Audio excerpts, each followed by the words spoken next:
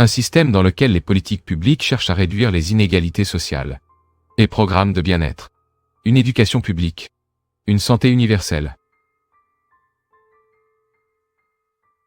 Après la Seconde Guerre mondiale, de nombreux pays européens ont adopté des modèles proches de cette idée. Ils n'ont pas abandonné le capitalisme. Mais ils ont créé des systèmes solides de protection sociale. Ce modèle a produit des décennies de stabilité et de croissance économique.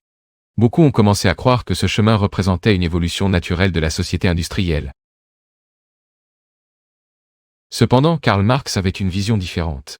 Pour Marx, ce processus graduel ne serait pas suffisant. Il pensait que le système capitaliste possédait des mécanismes puissants d'auto-préservation. Selon Marx, les élites économiques contrôlent des institutions fondamentales. Les écoles, les médias, la culture. Ces institutions façonnent la manière dont les individus comprennent le monde. Il a appelé ce phénomène la fausse conscience. Une situation dans laquelle les travailleurs ne perçoivent pas pleinement leurs propres intérêts, parce que leurs idées sont façonnées par les structures de pouvoir existantes. Dans cette logique, une transformation progressive serait presque impossible, parce que les élites trouveraient toujours des moyens de préserver leurs privilèges.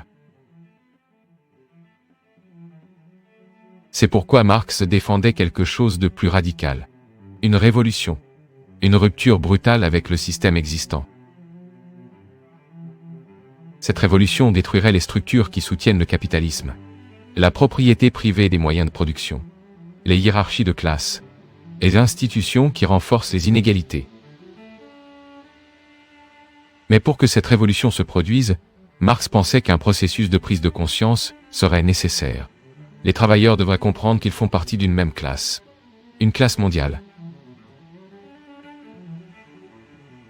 Cette idée a conduit au concept d'internationalisme prolétarien.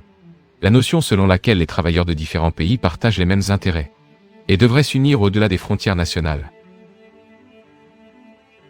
Cette vision contrastait fortement avec le nationalisme traditionnel, qui met l'accent sur la loyauté envers la nation, la culture et l'identité historique.